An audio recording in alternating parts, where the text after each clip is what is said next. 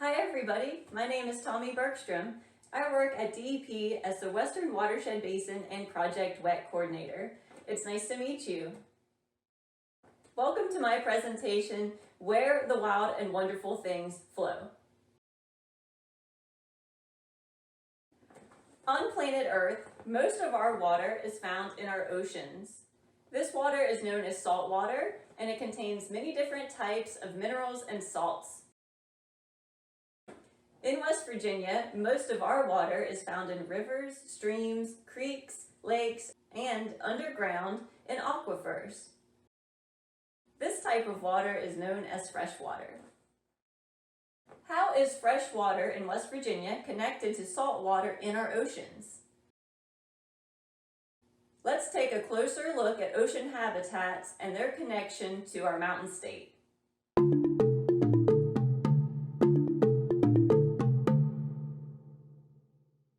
Let's begin by defining what a watershed is. A watershed is simply a drainage basin. It's a geographical area where water flows down to a common outlet and exits. That could be into a lake or a stream or a river or even an ocean. A watershed includes way more than just water. It may include the culture of the people there and the history. It may include plants and animals that are specific to that geographical area. And of course, it includes cities, farms, and the people that live there.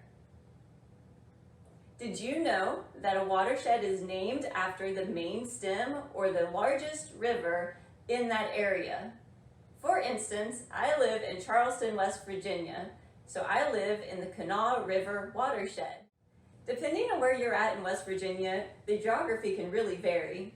In West Virginia, we have many mountains, we have many valleys and plateaus. Depending on what part of the state, the mountains might be really steep or they might be more rolling. That is why we are called the mountain state. The different ridges and mountains that we have in West Virginia help define where water flows to from our state. And they also help define these geographical areas that we call watersheds. A few different watersheds that we have in West Virginia is the Little Kanawha. This area down here is known as the Lower Kanawha, and that is where the Gauley River and the New River flow together to form the Kanawha River. Up here in the Eastern Panhandle, we have the North Branch Potomac, the Cacapon, and the Potomac. So across the state of West Virginia, depending on where you're standing at, you will be standing in a different watershed. Now, if we zoom out, we will see that we're part of a much larger one, and I'll talk about that in just a moment.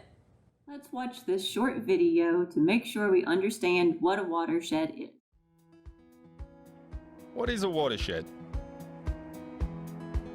Is it a shed that holds water? Nah, try again.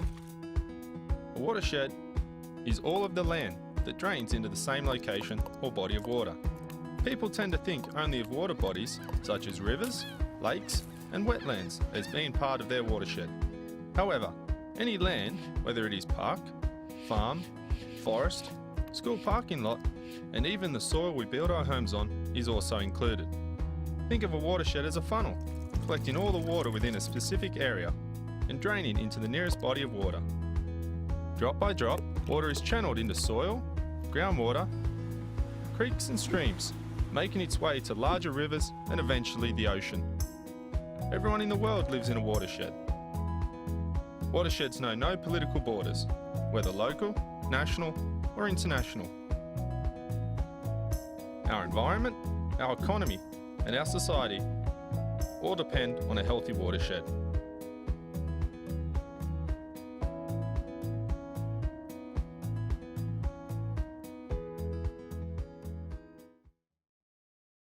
Water can precipitate as rain, snow, sleet, or hail anywhere on planet Earth. Water will always flow from a higher elevation down to a lower elevation. Let's take a look by watching this short video. This piece of wax paper represents a ridgeline. When it rains on the ridgeline, water will be directed to flow to the left or right. Just like the piece of wax paper that we just saw, West Virginia has a ridgeline that is very similar. It is known as the Eastern Continental Divide, and it runs right here through our state. This major ridgeline determines where the water flows out of our state. All the water on the western part of our state, on the western part of the Eastern Continental Divide, flows over into the Ohio River. That then flows into the Mississippi, all the way to the Gulf of Mexico, which is out into the Atlantic Ocean. On the eastern part of our state, the water will flow into the Potomac and then into the Chesapeake Bay, which also flows out to the Atlantic Ocean. So either way, water is leaving the state of West Virginia. It makes its way into the Atlantic Ocean. And this is how West Virginia is connected to the world ocean. This is one reason why the water leaving our mountain state should be clean. There are many others that I won't get into today, but just know that our waters feed into the Atlantic Ocean. Now let's take a look at different ocean habitats and a few different animals that live there.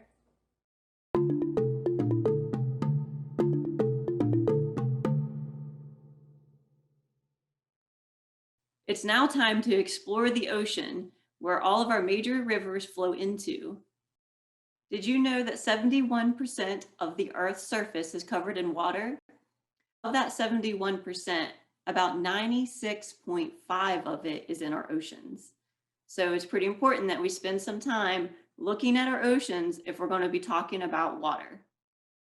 Water exists in many places on planet Earth, not just in our oceans and our rivers, but also up in the clouds as water vapor, frozen on top of high mountains as glaciers and ice caps, deep down in soil and in between rocks in our groundwater, and also, of course, inside us and other living things on planet Earth. So back to all this water that we have in our oceans. Over 96% of all the water on planet Earth is found in our oceans. Can you believe that nearly 95% of it is uncharted? Why is that? Why is it so difficult for us to study our oceans? They can be tricky places to investigate due to the cold temperatures, the lack of light, and the hydrostatic pressure. As you may know, water is very heavy. It weighs over 8 pounds for just 1 gallon. The deeper you go down in the ocean, the more water is pressing down on you. And that is what we call hydrostatic pressure. If you're a diver, you may know that you can only dive down so deep before you start to experience major health issues. For most swimmers, 20 feet is going really deep in the water, but some people who have trained can go to 60 feet and even deeper. Due to sunlight, depth, and pressure, the ocean is divided into 5 different zones. The first zone is sunlit, and as you may imagine, there's light in it still. This is an area that we've probably explored the most because it's easiest for humans to get to.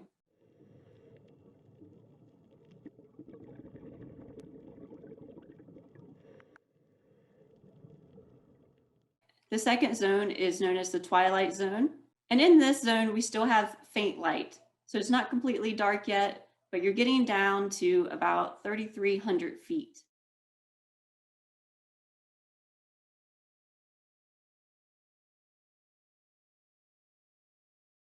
The third zone is the dark zone. And as you may have guessed, there is no light there except from the animals that live there. This goes all the way down to about 13,000 feet.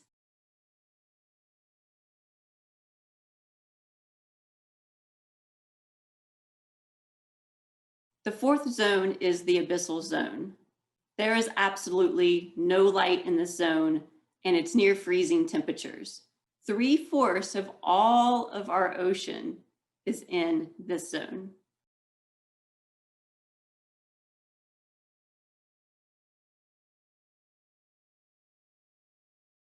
And the fifth zone is known as the trenches. freezing temperatures, extreme pressure, absolutely no light. This goes down to about 35,000 feet and deeper.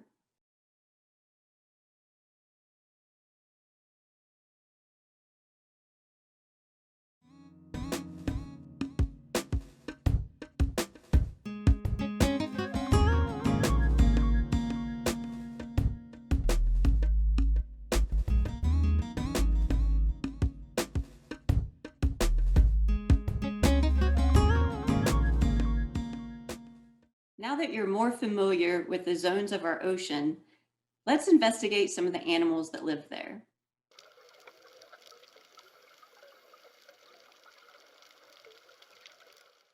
Okay, so let's look at 3 different animals that we'll find in different zones in the ocean. The first one is the sea pig. The sea pig will be found in the abyssal zone. Remember, in the abyssal zone, water temperatures are near freezing. There is no light at all. Not many creatures can live here because of the intense hydrostatic pressure from the water pushing down on them. Half of the Earth's surface is covered by this zone. It is at the bottom of the ocean and is typically smooth and flat, broken up by the trenches and canyons. There are even hydrothermal vents found there. This zone is one of the least explored places on Earth. Let's look at our next animal. The colossal squid is our next animal. This animal is found in the dark zone. In this area, the only light visible is from the inhabitants of that area. Sounds like we need some campers to grow up to be marine biologists and study more about the colossal squid. What a neat animal. Our third animal that we're going to look at today is the sea otter. The sea otter is found in the sunlit zone. In the sunlit zone, sunlight penetrates the surface of the water. It is very abundant in marine species and plants that are adapted to sunlight. These species include everything from microscopic plankton to the largest mammal on Earth, the blue whale. Many of the marine species that have been researched the most live in this zone. Okay, well, that's it for me. Thanks so much for learning about where water goes in West Virginia and how we are connected to our oceans. Please help keep our water safe and healthy and clean for all the amazing creatures that live here on planet Earth. Take care.